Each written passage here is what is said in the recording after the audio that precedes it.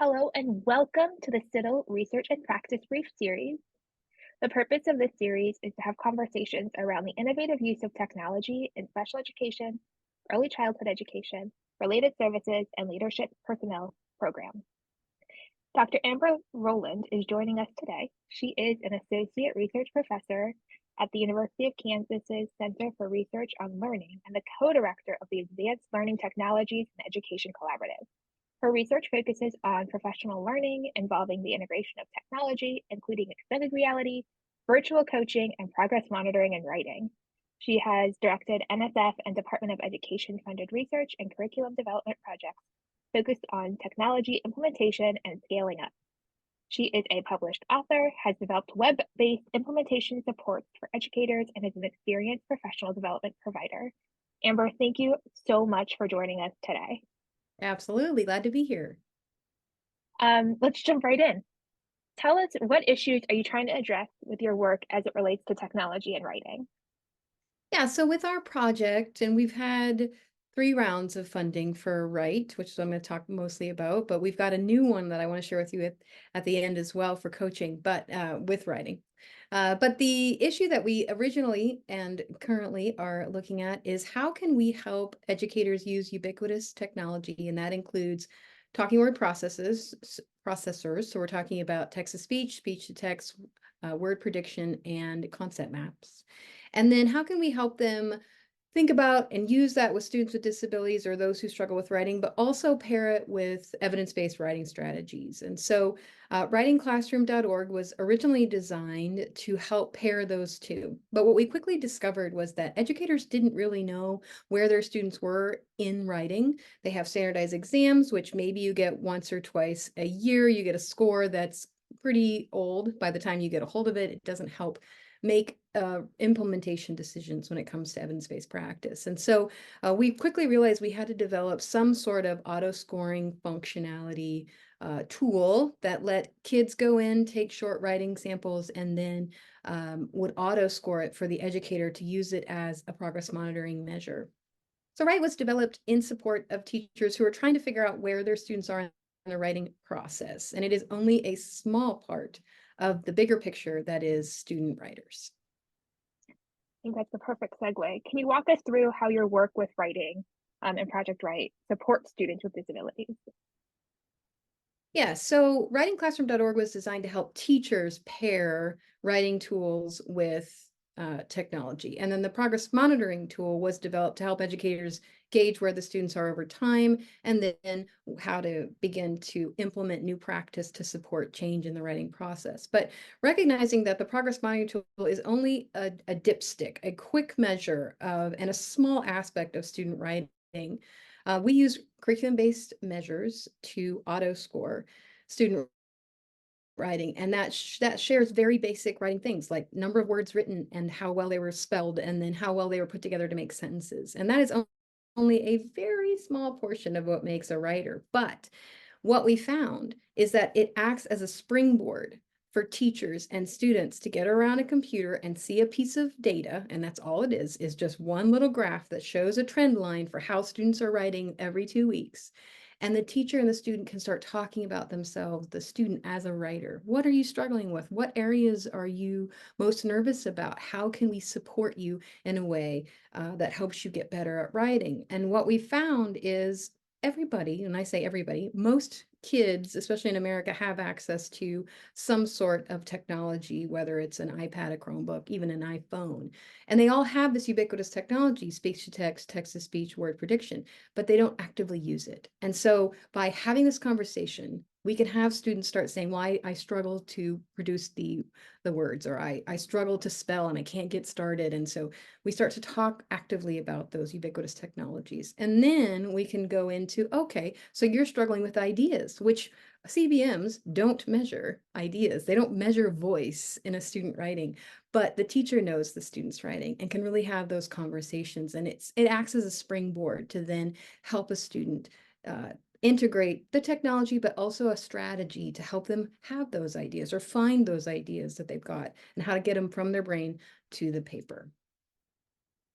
I So love it. over time, students are able to practice writing more, they're able to understand their writing a little bit better, and they thus improve their writing over time. Love it. I love the fact that it takes those evidence-based practices, those things that we know make better writers, and integrates these tools that we can support them with, these tech tools that are out there that we need to teach our students how to use. That's so great. Um, my next question can be taken in two ways, and you've touched on one of them, so I'm hoping you'll touch on the other one. How do you integrate technology to support writing in your teacher preparation program? And you've talked about um, how you have that conversation with students and with teachers about speech to text and text to speech and the like. Um, I'm really curious how that translates to the teacher preparation program, especially with how you facilitate using the technology as a part of a data walk. Well, I would say, in the teacher prep program, we do a nice job, we try really hard to use the Universal Design for Learning framework, and so we design our courses to support all learners, and we also, for example, have encouraged the use of AI to help generate ideas and start a writing project or lesson planning. Similarly, we encourage with AI tools, we also encourage right progress monitoring, helping the pre-service students understand that data walks are important, that progress monitoring is critical to support better teaching so that you are individualizing instruction to the strengths and learning barriers that a student has. And so I think understanding that there's lots of technology out there, and it's important that pre-service, especially students, begin to explore them and find those that are most beneficial, and then really recognizing that they have to look at individual student needs and make technology decisions based on those needs. Um, how can we better prepare educators for using technologies like technologies for writing or technologies to support data? How can we better prepare future educators to use them once they're in their own classrooms or in the field? Yeah, I think it comes down to, and I specialize in professional development, and I think coaching is another really critical component. I think we have to walk alongside educators. There's a lot more that educators have to balance these days when it comes to teaching, which is the reason we predominantly got in the field.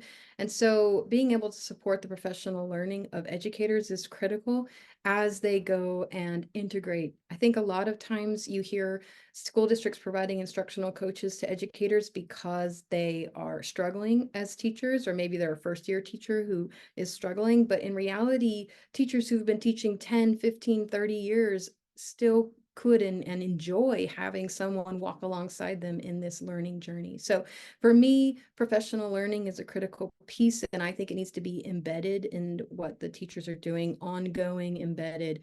And so I do a lot of work in virtual coaching. And so virtual coaches can come in anytime from anywhere and have quick conversations weekly, bi-weekly, to help teachers move their practice forward and not just be alone and lonely or working with within a team structure, but actually have someone from the outside helping them as well.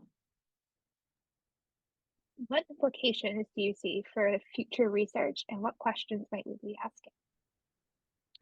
Yeah, I think AI is a big one. I know that Siddle talks about a lot. It's one that we are talking about a lot at the pre-service and in-service phases. I think helping educators find that balance between a resourceful tool, whether it's a website or an AI tool, whatever it is, but recognizing that the expertise is still in the human.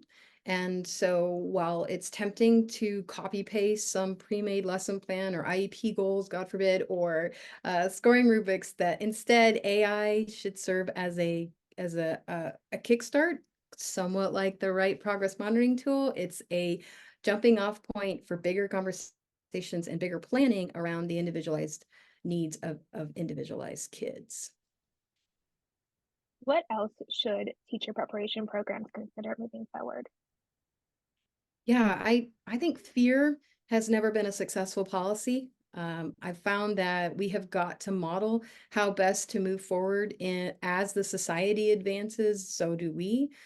So ensuring that the faculty have the resources that they need in order to feel comfortable and confident is critical. So faculty and in-service professional development is an important part. And I've found that being an instructional coach for faculty has also been very, very rewarding.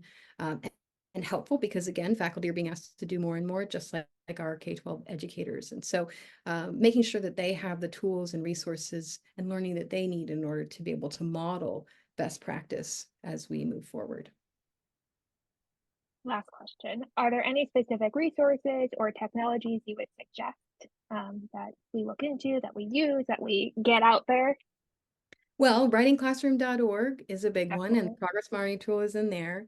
There's another one coming out that we're super excited about that is currently funded through the Office of Special Education Programs and the Department of Ed, and that is the APLM Write, which was designed for coaches or professional developers. It's actually an online dashboard that we're creating for coaches and or PDers who are working with teachers who are trying to implement write or new practice of any kind. Really, it doesn't have to be writing, it could be math or language arts. But the idea being that it has an infrastructure tool so that everybody who's in the school can take the same survey, and it lets you compare your responses to those of the administration, to other coaches, to the teachers, so that you're all on the same page. So that, do you feel like you're ready to implement this thing? Do you have the resources that you need?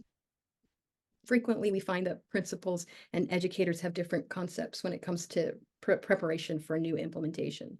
And so there's that infrastructure tool. There's also a coaching log or goal setting tool that helps coaches and teachers create goals, which is really hard to do when you're trying to implement new practice. And then also coaching logs. And so previously we've done a lot of work, as I said, in virtual coaching, but logging practice over time so you can keep track of things and go back quickly to understand where an educator is and help them move forward in a very brief amount of time. So we feel like this tool helps coaches be more efficient and more effective in their practice because they have a central location where everybody goes to log their practice and to do the work of coaching. So APLM Write, it's not quite ready for broad publication scale, but know that it is coming and that we are actually searching for educators who want to help us test it. So yeah.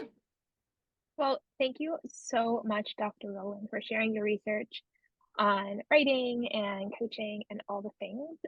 We appreciate your time and your work and hope we have more opportunities to continue our conversation about your work.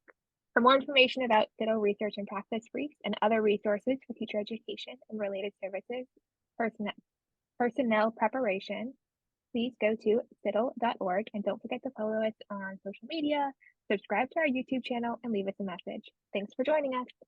Bye.